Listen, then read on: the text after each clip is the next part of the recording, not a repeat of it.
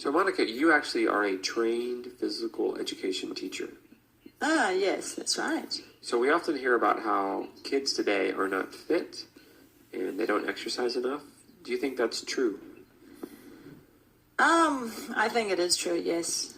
I think kids these days spend a lot more time on the computer than they used to. So, of course, that means less time outside and getting fit. Now, in some countries, there's a big debate about how much fitness kids actually do in school. So in your country, in New Zealand, do kids still do a lot of fitness actually in school? Well, reasonably recently, the PE curriculum got amalgamated with the health curriculum. So PE and health were considered to be important in school. And the health side of the curriculum is often taught in the classroom. And of course, the PE side is often taught outside the classroom. And there is always debate about how much kids should be doing inside school. In fact, very recently, now that it has become quite a big problem in New Zealand for teenagers, there has been talk about increasing the number of PE lessons that students have. But the current Prime Minister, I think, believes that the emphasis should be put on out-of-school activities like clubs and encouraging students to become more involved in that side of things. What do you feel? Do you think that it should be... I actually agree, to be honest, because I think if you increase the number of PE lessons that students have in a week, it doesn't actually necessarily increase their motivation to be involved in physical activity. But if, like he's suggesting, you increase the opportunities outside of school, students maybe become involved in a sport that they choose, that they like to do, and they hopefully can take it on as a lifetime sport, which is important. But wouldn't the counter argument be that only kids that actually have a natural inclination to play sports will want to join those clubs, and that the kids that are more sedentary or don't enjoy physical activity won't join a club, and so you need to actually make them do fitness in school? Yeah, that's true. That is a counter argument, and a very good one. So I guess to argue on some other occasion. Of course, I can talk about that side of the argument as well, if you want me to. No, it's okay. It's okay. So basically, you say it's both sides make a good point. People. So, do you think that winning should be stressed with sports with, let's say, high school athletes? Well, it depends on the situation and what they're training for. But generally, I think that winning is overemphasized in sport. I think that participation is more important. Yeah. Why would you say that? Well, I think if you concentrate too much on winning, then the problem is if you don't win, you don't enjoy the sport. So the emphasis is shifted from enjoyment to basically results. So I think it can be quite damaging. Right. Oh, I kind of agree with what you're saying. And actually, I played high school sports, and I was never very good. And I always wish I participated more than I did. But I actually think that the focus on winning in some ways is quite important, and that it does serve a good purpose to have a focus on winning rather than on participation. I think the main reason is because when you focus on winning, that drives everybody to be better.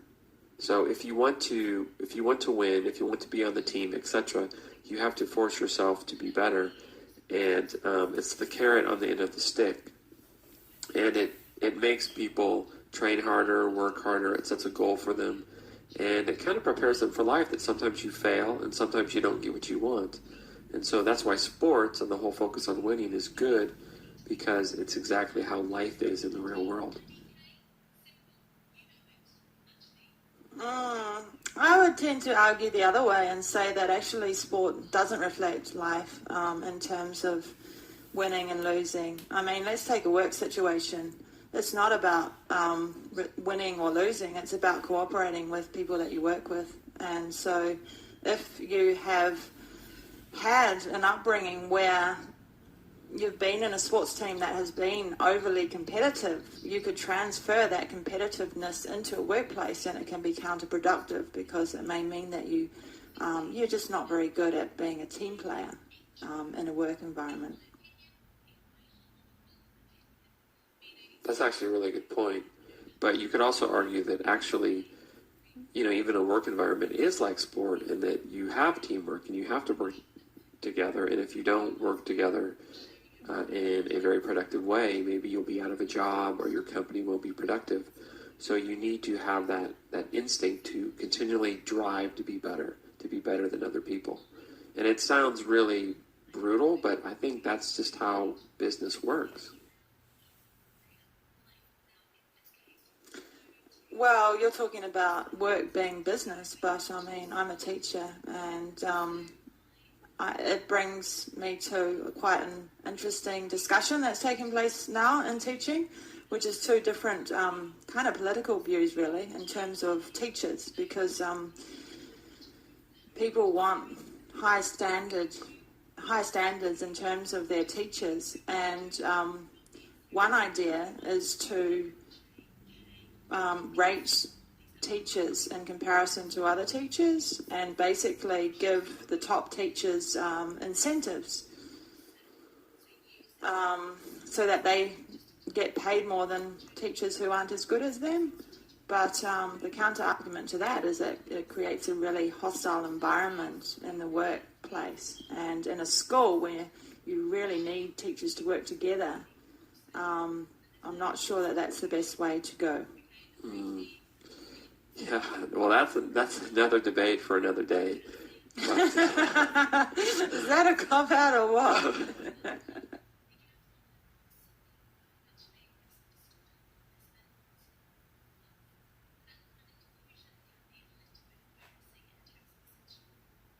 okay. So, Clan, you're from Trinidad and Tobago, and you were saying that your country has a very diverse multicultural mix. Yes. Can you talk about that? Oh, sure. Trinidad and Tobago mostly were made up of people from African descent, who came as slaves, and Indians who came from India mostly. I think we also may have some from parts of Bangladesh, Pakistan, and Sri Lanka. But they came as indentured laborers closer to when slavery was being abolished. And these two groups actually make up the two largest ethnic groups in Trinidad. However, there's a lot of mixing. It's very difficult to find someone in Trinidad and Tobago who is extremely purely of one ethnic group, because everyone is sort of mixed.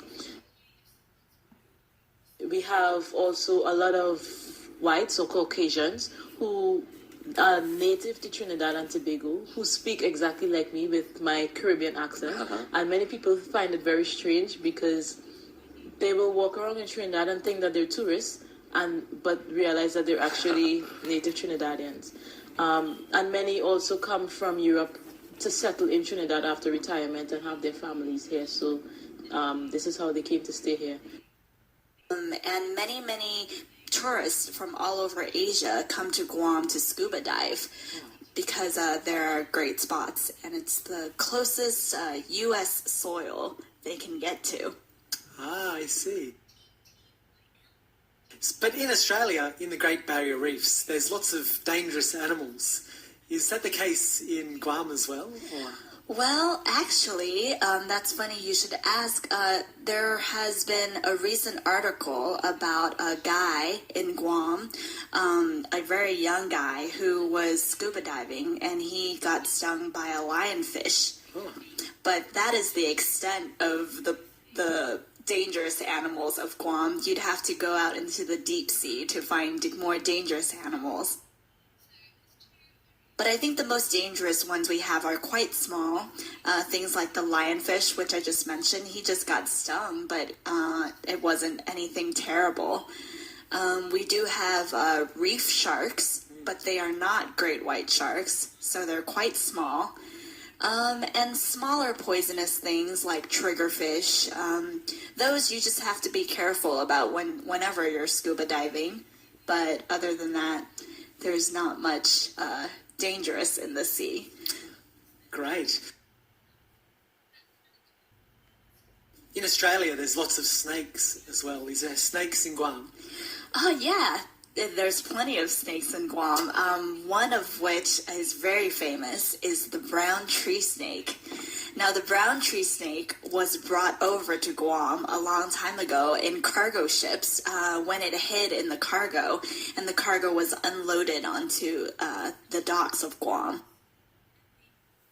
So when these brown tree snakes were accidentally released onto Guam soil, they subsequently destroyed most of Guam's bird population. Can you believe that? Oh, that's amazing. So, yeah, introductions like that can cause disasters for wildlife. Yeah, exactly. And because these brown tree snakes destroyed most of the bird life on Guam, we've lost a lot of beautiful tropical birds that used to live on Guam. Another thing that I can think of that was introduced to Guam, but isn't a wild animal, is a wild plant. And we call it the Japanese bonsai leaf, actually.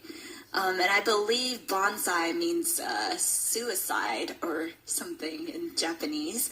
But what these leaves do is that they grow and grow, and they look like vines. So they cover loads and loads of trees and good wildlife that are out there.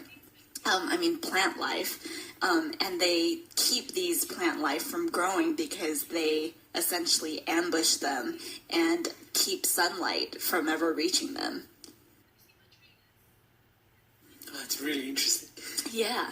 So if you can imagine a building covered completely in really thick vine, that's how these Japanese bonsai leaves work. They completely shroud and cover all of the good plant life that we have on Guam.